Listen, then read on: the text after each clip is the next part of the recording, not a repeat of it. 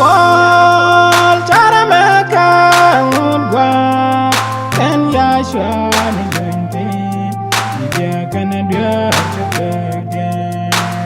In bozar amje In be masaega Yal pol cara meka ngudwa Ken ya shwa ni gante Dia kana dia chakde Bozar amje in be masaega Asara mi mejet ka shabda den me shale ka shade jet Jaden beben ka news me ti ga nasal meda ne ti wele Challenge suka yalo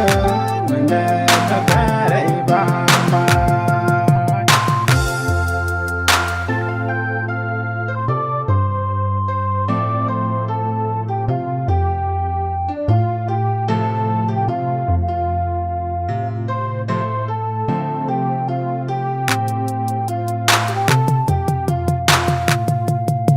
Kona bani dia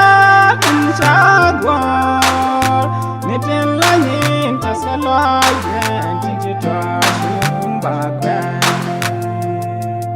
Yukeka, shalyang sukayala, nekakaray barman. Kalabani diatin chagwar, nitin lanyin tasaloyen tijitwa shumbakwen.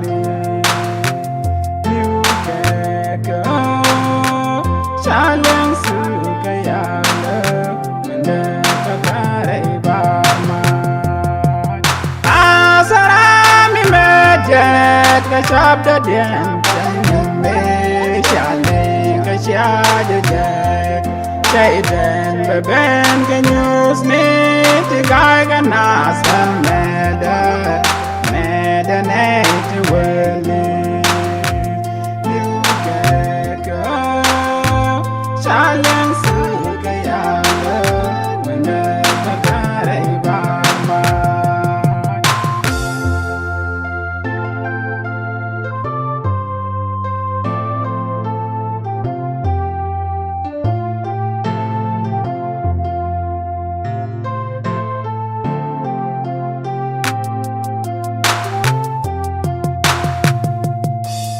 Egwas muide